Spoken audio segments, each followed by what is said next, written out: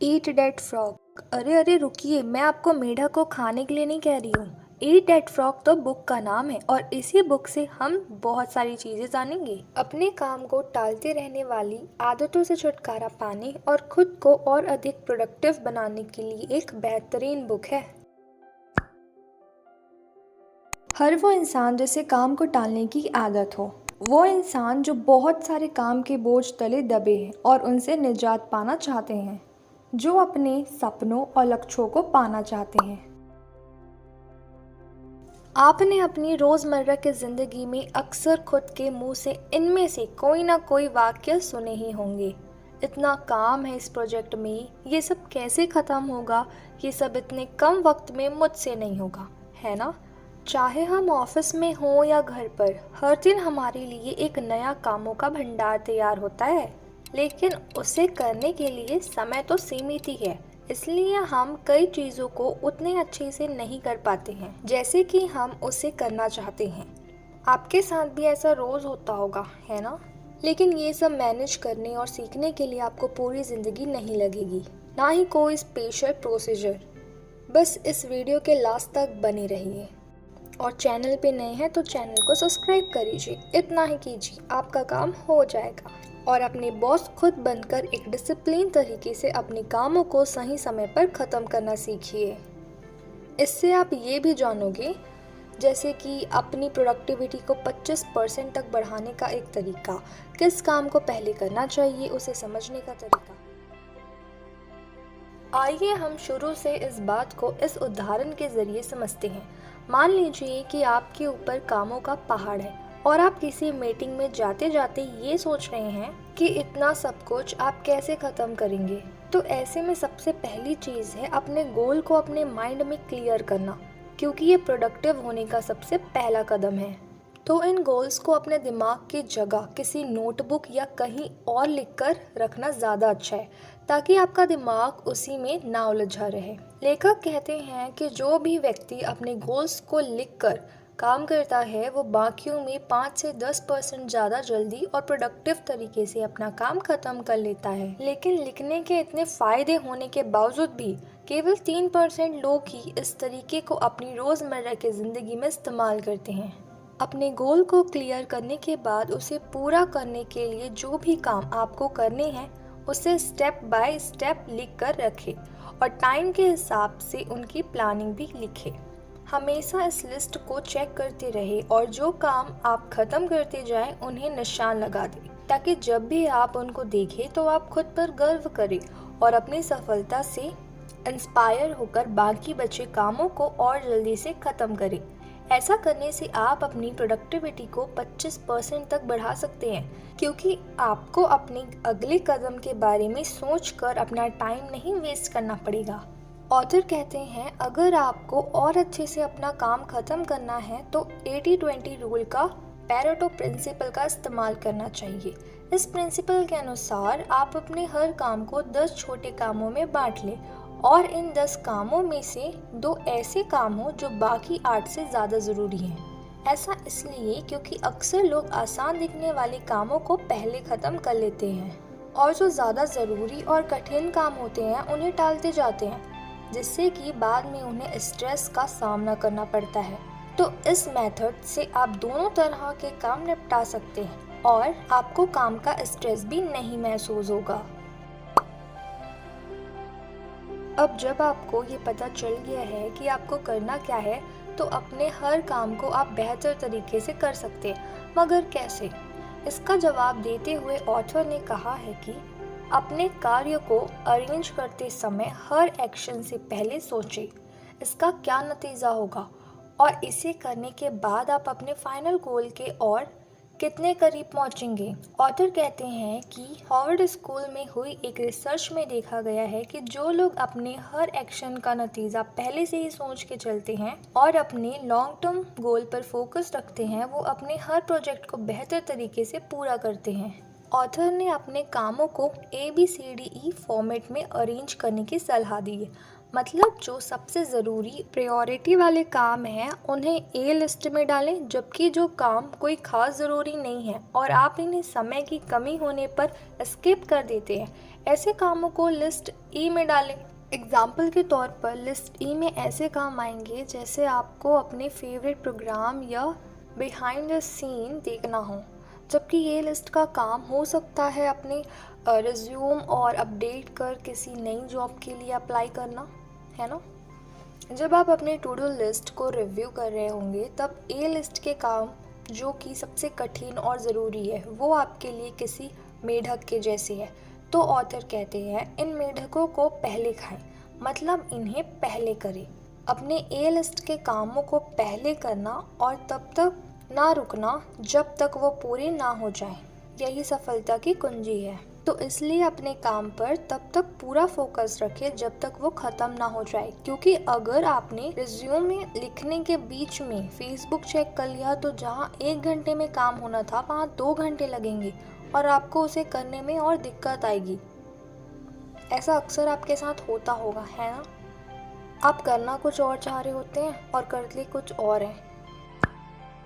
Productive होने का मतलब बस प्लानिंग करना ही नहीं है, बल्कि ये तो एक निरंतर चलने वाली प्रोसेस है जिसमें आप रोज कुछ नया सीखते हैं और इस बात की खोज करते हैं कि आप अपने कामों को अधिक से अधिक बेहतरी से कैसे कर सकते हैं।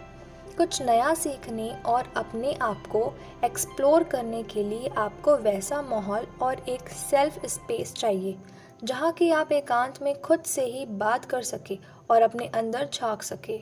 तो अगली सुबह जब आप अपने ऑफिस डेस्क पर पहुंचे तो सबसे पहले उसे साफ करें, क्योंकि साफ जगह पर काम करने का मज़ा ही कुछ और है।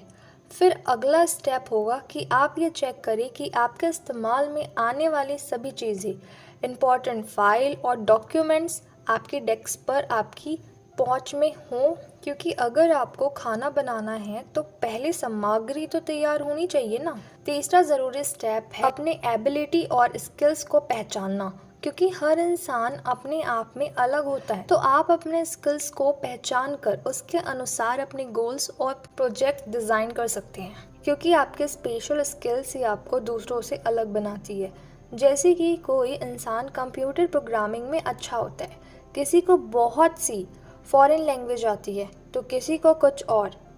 ऑथर कहते हैं कि अपने स्किल्स को पहचानने के लिए आप खुद से ये सवाल पूछें कि वो कौन सा काम है जो आप बहुत ही आसानी से कर लेते हैं और जो कि दूसरों के लिए कठिन होता है, और ऐसी कौन सी स्किल्स है जिसने आपको अभी तक जीवन में बहुत कुछ हासिल करने में मदद की है। एक बार आपको इन सवालों के जवाब मिल गए तो आप खुद के पोटेंशियल और अच्छे से समझ सकते हैं। लास्ट में ऑथर कहते हैं कि आखिरी ज़रूरी बात यह है कि अपने स्किल्स पर आप हमेशा काम करते रहें और उसे अधिक से अधिक निखारते रहें, ताकि आप उस पर अपनी पकड़ को खो ना दें। अपने स्किल्स को इम्प्रूव करने से आप और अधिक प्रोडक्टिव हो जाएंगे। बिना ट्रेनिंग और डिसिप्लिन के आप जीवन में सफलता जैसी कोई चीज़ हासिल नहीं कर सकते। सुनने में ये किसी फिल्म का डायलॉग ज़रूर लगता है, लेकिन ये जीवन का एक बहुत बड़ा और ज़रूरी सच है। ये बात कभी ना भूलें कि आपका शरीर आपकी सफलता का इंजन है और किसी भी मशीन को अच्छे से चलाने के लिए उसकी प्रॉपर मेंटेनेंस ज़रूरी है। इसलिए अपना अच्छे से ख्याल रखें, क्योंकि जब आप शारीरिक और मानसिक तौर से स्वस्थ रहेंगे तो आप अपना काम और अच्छे से कर पाएंगे। इसलिए ऑथर कहते हैं कि अपने आप को बिना मतलब ना थकाएं, क्योंकि एक इंसान की काम करने की क्षमता 8 घंटे के लगातार काम के बाद अपने आप कम हो जाती है। ठीक वैसे ही जैसे कि कोई मशीन लगातार काम करने के बाद गर्म हो जाती है। इसलिए जब आपने पर्याप्त आराम लिया होता है तो आपकी कार्य क्षमता अपने आप बढ़ जाती है। तो 8 घंटे की नींद लें, सेहत से भरा खाना खाएं और स्ट्रेस फ्री रहकर अपने गोल को अचीव करने में जुट जाएं। और एक ज़रूरी बात ये है कि आप खुद ही अपने सपोर्टर बने और अपने आप को सदा मोटिवेट करते रहें, क्योंकि हमारे 95% इमोशन इसी बात पर डिपेंड करते हैं कि हम खुद के बारे में क्या सोचते हैं। इसलिए हमेशा पॉजिटिव रहें और हर सिचुएशन में कुछ ना कुछ अच्छा ढूंढे। पॉजिटिव सोच आपको और अधिक कॉन्फिडेंट और क्रिएटिव बनाती है। तो अगली बार जब भी आपको कोई चैलेंजिंग टास्क मिले तो खुद को ये याद दिलाएं कि आपके अंदर इसको करने के स्किल्स हैं और आप ये कर सकते हैं। फिर कठिन से कठिन काम भी आपके लिए आसान हो जाएगा। सेल्फ डिसिप्लिन का दूसरा पहलू है क्रिएटिव प्रोक्रास्टिनेशन को खुद से दूर रखना है, जिसका मतलब है कि जानबूझकर गैर जरूरी कामों को पहले करना। ज़्यादातर इंसान ऐसे इसीलिए करते हैं क्योंकि कठिन कामों को करने से उन्हें डर लगता है, इसलिए वो गैर ज़रूरी काम को पहले करके ज़रूरी को टालते जाते हैं। इसके विपरीत जो इंसान समझदारी से अपना काम करते हैं वो ज़रूरी काम सबसे पहले करते हैं। सफलता की प्लानिंग करना उसे पाने से कई ज़्यादा आसान है, क्योंकि जब आप सफलता की राह पर निकलते हैं तब आपको पता चलता है कि इसमें तो बहुत सी ऐसी रुकावटें थी जो आपने सोची भी नहीं थी। तो ऐसे में आप इन रुकावटों का सामना कैसे करें? इन बाधाओं से निजात पाने के लिए सबसे पहले आप ये जानने की कोशिश करें कि वो कौन सी चीज़ है जो आपको अपने लक्ष्य तक पहुंचने से रोक रही है। वो कुछ भी हो सकता है, कोई इंसान, रिसोर्सेज की कमी, आपकी खुद के अंदर कोई कमी और भी बहुत कुछ। पर ज़्यादातर ऐसा होता है कि हम अपने अंदर की कमी का सामना ना करके बाहरी दुनिया को ही सारी परेशानियों का जिम्मेदार ठहराते हैं। जब भी हम किसी फेलियर का सामना करते हैं तो हम दूसरों को दोष देने का आसान रास्ता चुन लेते हैं। इसीलिए अपने अंदर के लिमिटिंग फैक्टर्स को नज़रअंदाज ना करें। हो सकता है कि शुरुआत में आपके पास स्किल्स और एक्सपीरियंस की कमी हो, इसलिए आप सफल नहीं हो पा रहे हो। तो इस बात को स्वीकार करें। अपने अंदर की कमियों को स्वीकार कर आप उन पर बेहतर तरीके से काम कर सकते हैं, क्योंकि बाहरी लिमिटेशन की बजाय हमारे अंदर के लिमिटेशन का हमारी असफलता में ज़्यादा हाथ होता है। हो सकता है आपको किसी पॉइंट पर लगे कि आपके अंदर ऐसा बहुत कुछ है जिसे सुधार की ज़रूरत है, तो एक एक करके उन पर काम करें। पहले अपनी एक कमी को दूर करें, फिर अगली पर सुधार करना शुरू करें। ठीक वैसे ही जैसे आप फिटनेस ट्रेनिंग में धीरे धीरे करके अपना स्टैमिना बढ़ाते हुए एक्सरसाइज का लेवल भी बढ़ाते जाते हैं, इसी तरह ज़िंदगी में भी धीरे धीरे अपनी सभी लिमिटेशन को दूर करते हुए आप अपना गोल अचीव कर सकते हैं। ऑथर ने अपने हर काम को बेहतर एफिशिएंसी से करने के लिए एक ट्रिक बताई है कि इमेजिन करें कि आपको कल ही एक सरप्राइज वेकेशन पर जाना है, तो आपको अपनी सारी तैयारियां आज और अभी ही करनी होगी। वैसे ही आप अपने हर अर्जेंट काम को उसी सरप्राइज वेकेशन की तरह देखें और उसे बिना टाले आज और अभी ख़त्म करें। अगर आप इस आदत को अपनी ज़िंदगी में शुमार कर लेते हैं तो आप उन 2% लोगों में आ जाएंगे जिन्हें काम करने के लिए किसी सुपरवाइज़र की ज़रूरत नहीं पड़ती। उन लोगों को हम लीडर्स कहते हैं। सफलता पाने के लिए आखिर सबसे ज़रूरी बात है टाइम मैनेजमेंट, क्योंकि जब आपके पास बहुत सारे इम्पोर्टेंट्स काम हो तो टाइम मैनेजमेंट की कला ही आपको इन्हें समय पर पूरा करने में सफलता दिला सकती है। आप हर काम को छोटे छोटे टुकड़ों में नहीं बांट सकते। कई बार ऐसे ज़रूरी काम भी होते हैं जिन्हें आपको एक ही बार में पूरे ध्यान से ख़त्म करना पड़ता है। जैसे कि एक सेल्समैन को ही ले कि उसे ऑफिस के काम के साथ साथ क्लाइंट्स को कॉल करके उनका फीडबैक लेना और नए ऑर्डर्स की लिस्ट बनाना, ये सब एक साथ करना पड़ता है और सारे काम उसके लिए एक जैसा इम्पोर्टेंट रखते हैं। इसलिए ये ज़रूरी है कि आप अपना टाइम टेबल खुद बनाएं। अपने सारे ज़रूरी अपॉइंटमेंट्स और कामों का समय आप खुद तय करें ताकि आपके पूरे दिन का मैप आपके आंखों के सामने तैयार हो। अपने पूरे दिन को स्लॉट्स में बांट लें, जैसे कि 6 to 9, 9 to 12, 12 to 3 और सुबह का टाइम उन कामों के लिए रखें जो आप खुद कर सकते हैं, जैसे अपने ईमेल्स पढ़ना, अपना कोई डॉक्यूमेंट बनाना, और जिन कामों में आपको अपने सबऑर्डिनेट्स की हेल्प चाहिए उसे ऑफिस के लिए छोड़ देना। प्लानिंग बहुत ज़रूरी है, लेकिन इसका ये मतलब नहीं है कि आप अपना आधा दिन बस प्लानिंग में ही बर्बाद कर दें। मोटे मोटे तौर पर चीज़ें प्लान करें और फिर खुद को काम के फ्लो के साथ चलने दें। जब भी आप एक फ्लो के साथ काम करते हैं, आपका दिमाग खुद ब खुद ही आपको आगे बढ़ते रहने के लिए आइडियाज़ और मोटिवेशन देता रहता है। इसलिए फ्लो में काम करने से आपकी एफिशिएंसी बढ़ जाती है। इसलिए फ्लो में रहकर काम करें और हर ज़रूरी काम को पहले ख़त्म करें। जब आप पूरे डेडिकेशन से सही रास्ते पर लगातार चलते रहेंगे तो खुद ही आप अपनी लिमिट्स और सभी बाधाओं को पार कर अपने गोल को अचीव कर लेंगे।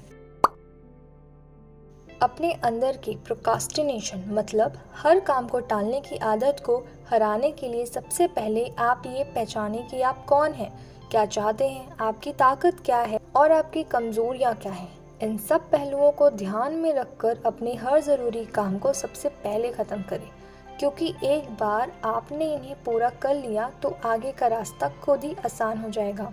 हमेशा अपने कामों को टू डू लिस्ट में अरेंज करके रखें, क्योंकि जो लोग लिस्ट के अनुसार काम करते हैं वो बाकियों के मुकाबले ज़्यादा बेहतर तरीके से काम कर सकते हैं। ये लिस्ट ना सिर्फ आपको सही ट्रैक पर रखती है, बल्कि जब आप दिन के अंत में इसकी ओर देखते हैं तो आपको सेटिस्फेक्शन भी मिलता है। तो उम्मीद करती हूँ इस वीडियो में बताई गई हुई बातें आप फॉलो करेंगे और ये हेल्पफुल रहेगी। और मैं इतना कहना चाहूँगी कि अगर चैनल पे नए हो तो चैनल को सब्सक्राइब ज़रूर कीजिएगा, ताकि और भी मैं ऐसी वीडियोस लाती रहूँ।